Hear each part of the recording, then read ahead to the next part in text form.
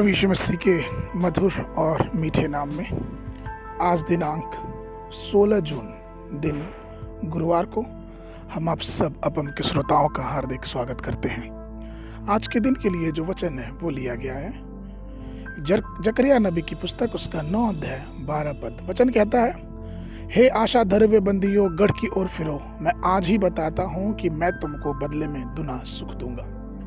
प्रभु मेरे प्रिय लोगों, गरीबी, अभाव और ऋणग्रस्तता हमारे हृदय को थका देती है। क्या आप सोच रहे हैं कि मैं अपनी गरीबी से कैसे बाहर निकलूंगा, मुझे कब आशीष मिलेगी, मुझे कब दिलासा मिलेगी, या इस तरह के सवालों के साथ कई बार हम बहुत असमंजसता में फंस जाते हैं। लेकिन आपको और हमें पता होना चाहिए कि हम जिस ईश्वर, हम जिस यहोवा, हम जिस परमेश्वर, जिस यीशु मसीह की आराधना करते हैं, वो परमेश्वर हमें गरीबी में भी शांति देने के लिए तत्पर है। एक दिन की बात है, एक छोटी सी घटना है कि एक यूनानी जो सैनिक था, वो भारी मन से कागज के टुकड़े पे अपना जो कर्ज था, अपना जो बकाया था, वो लिखता जा रहा था। और जब उसने योग किया, टोटल किया, तो उसे पता चला कि वो बहुत बड़ा बकाया है और उस कर्ज को वो भरने लायक नहीं है। और वो लिखने के बाद उसने पूरे पेपर पे नीचे एक सवाल किया, उस पेपर पे लिख के कि ये कर्ज मेरे लिए कौन भरेगा। और फिर वो बहुत सोचने पड़ गया, बहुत चिंतित हो गया और उसने बहुत सारे तरकीब लगाए, लेकिन उसको पता चला कि वो इस कर्ज को भरने के लायक नहीं है। तो उसने फिर ये सोचा कि मैं अपनी जान ले लूँगा और अपनी तलवार उठा के सोचा कि मैं अपनी खुदकुशी कर लूँगा। लेकिन कुछ कारणवश वो वहीं बिस्तर पे पड़ा रहा, कागज वैसे टेबल पे पड़ा रहा और वो ऐसे ही बैठे बैठे पड़ा रहा और उसको गहरी नींद आ गई। उस सोच में वो सो गया कि इतना बड़ा कर्ज कैसे मैं भरूँगा। और उसी समय कहा जाता है कि सिकंदर महान उसी सैनिकों के तंबुओं की तरफ से होकर गुजर रहे, तो उन्होंने देखा कि मेरे सैनिक के हाथ में एक तलवार है और उसके टेबल पे कागज पड़ी है।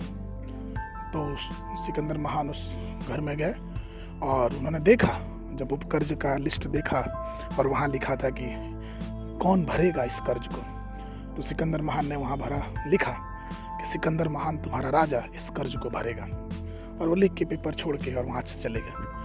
जब वो सैनिक उठा और उसने पेपर को देखा तो वो प्रफुल्लित हो गया, वो प्रसन्न हो गया, वो खुश हो गया, क्योंकि उसे मालूम था कि सिकंदर महान धोखा देने वाला नहीं है। जब उसने कहा है तो वो जरूर से ही उन सारे कर्ज को भरने के लिए तत्पर होगा।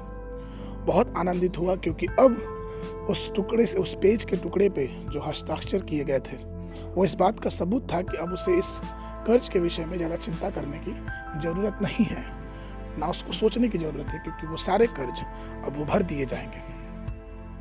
परमेश्वर ने प्रिय लोगों, हमें भी और आपको भी इस बात को जानना है कि हमारी भी गरीबी, हमारे भी रोग, हमारे भी दुख क्रूस पे यीशु मसीह ने अपने साथ उठा लिया।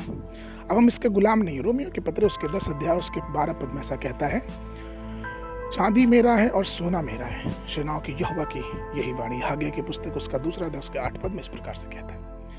हम उस ईश्वर की आराधना करते हैं जो धनवान है, जिसके पास सब कुछ है और वो अपनी परिपूर्णता में से हमें और आपको अपनी आशीष देता है। उसके स्वर्गीय स्थानों पे समृद्धि और आशीषें और हर प्रकार की सुविधाएं उपलब्ध हैं। इसलिए आइए हम उस परमेश्वर पे विश्वास करें, उसके पास आए, क्योंकि वही परमेश्वर जो हमें गरीबी में शांति देता है। आज के मनन के लिए जो पद वो लिया गया, भजन संहिता की पुस्तक उसका 115 अध्याय उसका 14 पद। वचन कहता है, यहोवा तुमको और तुम्हारे लड़कों को भी अधिक बढ़ाता जाए। बाइबल अध्ययन के लिए सुबह के समय नहम्याह की पुस्तक उसका 4, 5 और 6 अध्याय, और संध्या के समय प्रेरितों के काम उसका 2 अध्याय 22 पद से लेकर 47 पद तक। परमेश्वर आप सबको आशीष देवे।